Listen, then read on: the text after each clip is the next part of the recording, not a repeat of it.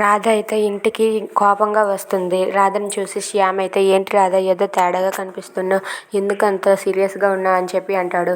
లేదు, మీరు నాకు అబద్ధం చెప్పారు, అబద్ధంలో అన్నీ చెప్తున్నారు. అప్పుడు అలాగే మీ ఫ్రెండ్ కృష్ణ చేత నాకు ప్రెగ్నెంట్ అని అబద్ధం చెప్పారు. మొన్నాళ్ళకి స్వామీజీ చేత మృత్యుంజయ హోమం జరిపించాలని చెప్పి అబద్ధం చెప్పించారు. ఇవన్నీ ఎందుకు చేస్తున్నారని చెప్పి అంటే రాధ అది అని చెప్పి శ్యామ్ అయితే చాలా బాధపడుతూ కంగారు పడుతూ ఉంటాడు. ఇంతలో రాధ అయితే నవ్వుతుంది. నవ్వి శ్యామ్ని హగ్ చేసుకుంటుంది. లేదండి, నేను మిమ్మల్ని అపార్థం చేసుకోను. మీరు ఎన్ని చేసినా, ఎన్ని అబద్ధాలు ఆడినా, ఏం చేసినా అవన్నీ నా కోసమే కదా. ఇన్నాళ్ళు మా అక్క మంచిది అని చెప్పి మా అక్క భ్రమలో ఉన్నాను. మా అక్కను తప్పించడం కోసం, నన్ను దక్కించుకోవడం కోసం మీరు ఎన్ని చేసినా సరే అవి మంచి పనులే కదండి అని చెప్పి శ్యామ్ని హగ్ చేసుకుంటుంది. అది విన్న శ్యామ్ అయితే చాలా హ్యాపీగా ఫీల్ అవుతూ ఉంటాడు. If you like this video, please like, share and subscribe. Thanks for watching.